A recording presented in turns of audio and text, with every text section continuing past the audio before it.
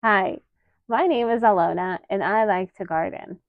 Today, I want to catch you guys up on some of the things that happened in my gardening journey over the last couple of months that I wasn't able to include in some of my other videos. Specifically, I'll be telling you three different things. First, I'll show you my finished front yard beds. I was able to finally complete those a couple of weeks ago. Second, I'll tell you about my plant sale for the extra plants that I grew from seed this spring. I'll tell you a little bit about how that went, what challenges I faced, and how it turned out at the end. And then third, I'll tell you about a DIY that I did with flower pots, big flower pots that I was able to put around my front yard and at the entrance to my house to make it nice and beautiful. In a nutshell, I got a bunch of used pots from different people that were all mismatched and kind of grimy looking. And what I all did to clean them up, polish them up, paint them, and overall make them look nice so they all look uniform and complement my house. So if you're interested in those kinds of things, I invite you to watch this video. Let's go.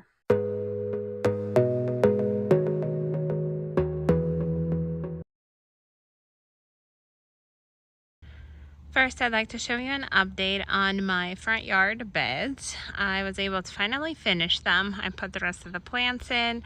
I redid my drip line to make sure that every plant has water coming to it, and then I covered everything with mulch. It looks 100% better than it did before. So this is one bed. And here's the other bed. Again, all the plants are in. I redid my drip line to make sure that everything got water, and I covered with mulch.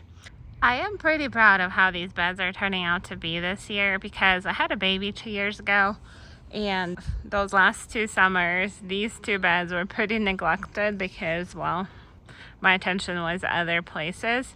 So I'm really excited to see plants back in these beds and see the mulch make a comeback. So that's great. But we do have really heavy clay over here in Colorado, at least my part of Colorado. So a lot of plants have a hard time with that type of soil. I did have a bunch of perennials in these beds in the past, and slowly but surely they got choked out. Annual plants are not loving this type of soil either. So as you can see, I got one right here. See, it's really struggling. I need to pull it and replace it. I do have maybe a dozen more petunias that I can use instead of the plants over here if something doesn't make it. That one might not make it, but we'll see. It's still trying. So I do have some extra plants to put in here instead of the ones that didn't make it. But look at my cabbage and chard. They are loving the soil, which is totally unexpected. The only thing, my chard has really been affected by this leaf miner problem. I've never seen it before this year, but this year I have a bunch of it. And this is what it looks like. So like this is a good example. See like these kind of blisters on the leaves with black stuff inside.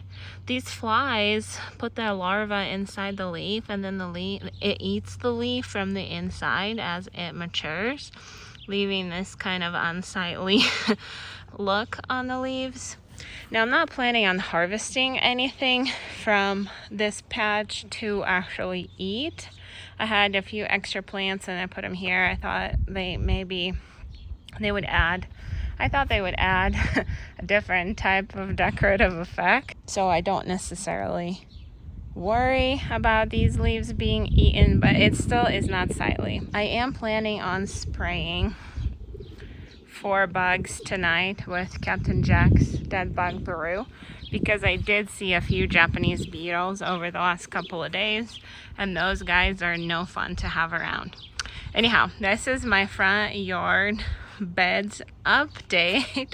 It's coming along. I'm getting more flowers, and hopefully as these flowers take, we're going to see more and more blooms.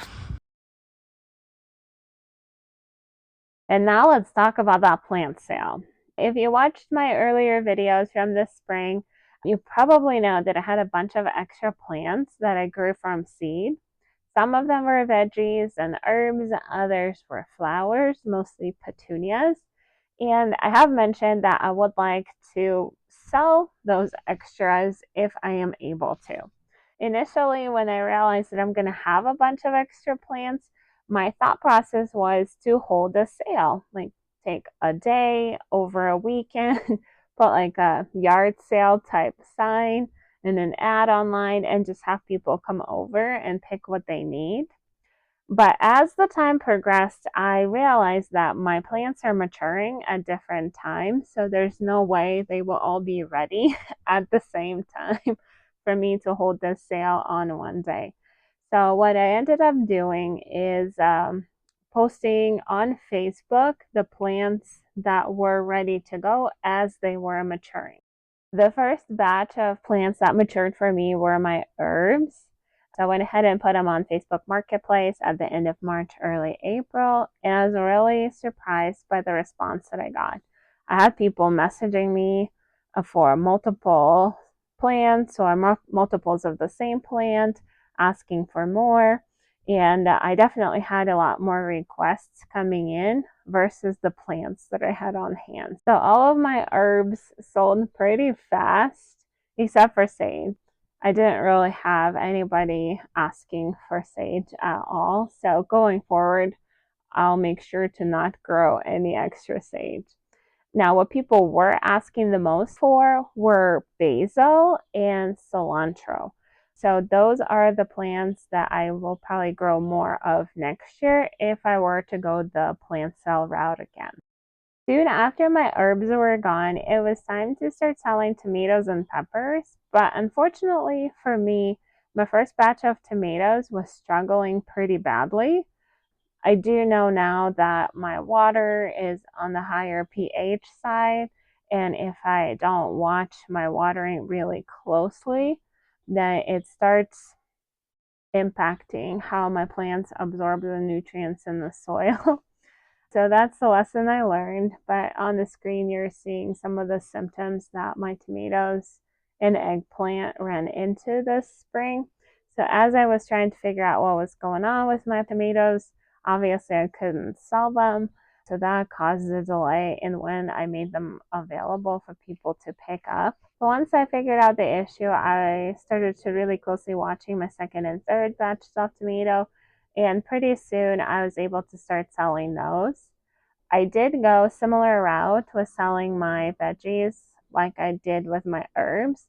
I posted them to Facebook Marketplace and had people reach out, but I also set out a table outside of my house where I put all the plants that were ready to go on that table so people that were driving by or walking by were able to see my table too, and was hoping to get more customers that way.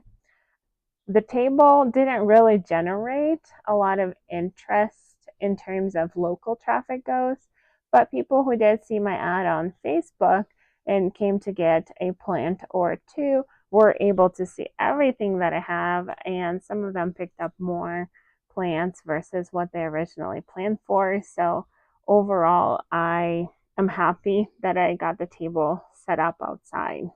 Now, my table was out there for a good, I want to say 3 weeks. And as my plants were maturing, I was adding more to my table. So at some point, my flowers caught up with my veggies. I was really hoping for my flowers to start flowering before I would put them out there. And my petunias were just taking a little longer than I expected. So that caused a delay. But at the end, I was able to sell most of my extra plants. I did have a couple cabbages left over. I had 3 chard left over, 1 eggplant, and I had like half a dozen, like I think I had 6, yeah, 6 tomatoes left, all of which I put in my front yard to see how they do over there. I don't really expect much from them, but I didn't want to throw them away, so in my front beds they went. And as far as the money that I made right around $270 selling my extra plant, which I think is pretty good for my first time trying and given the challenges that I have faced. And of course, it's gonna help pay for my gardening hobby. And speaking of saving money on gardening, let me tell you about this flower pot DIY that I was able to complete this year. When the spring was just starting, I was able to get all these pots off Facebook Marketplace for free. People were clearing their yards and their garages, and they wanted these pots gone. All I had to do was come and get them. Now these are good sized pots. That blue one in the middle is about the size of a 5-gallon bucket. So everything else I estimate to be anywhere between 10 and 20 gallons in size, which is incredible. But all of these pots do need some TLC. They all need a good scrub inside and out, and they do need a fresh coat of paint, which is what I'll be doing today. I'll be cleaning these, scrubbing these, drying these, and painting these so I can use these pots in my yard this season.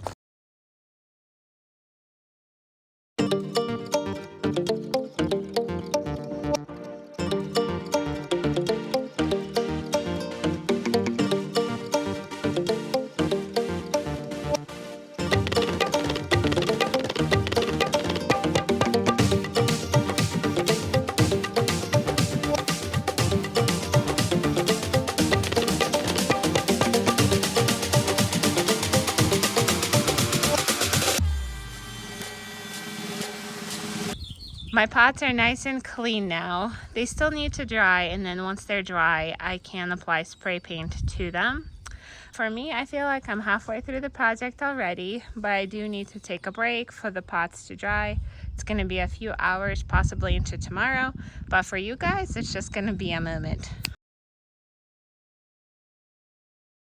I started spray painting the first batch, and what I found out is that having those saucers under the pots is very helpful as far as getting the paint on the bottom of those containers.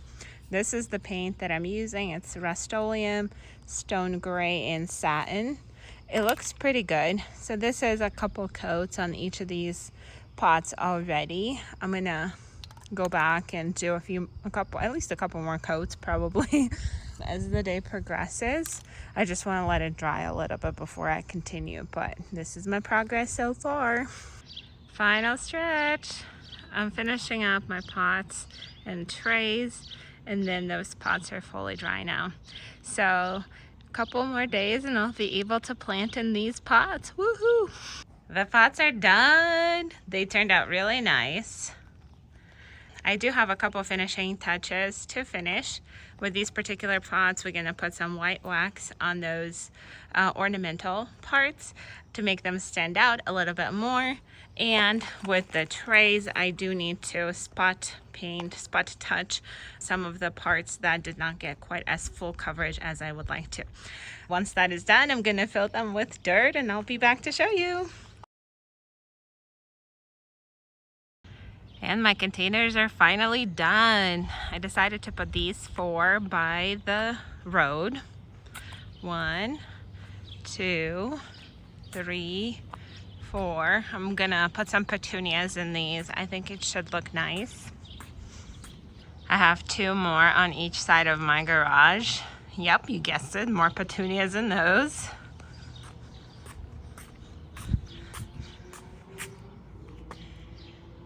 I got this little one that I'm saving for a hydrangea.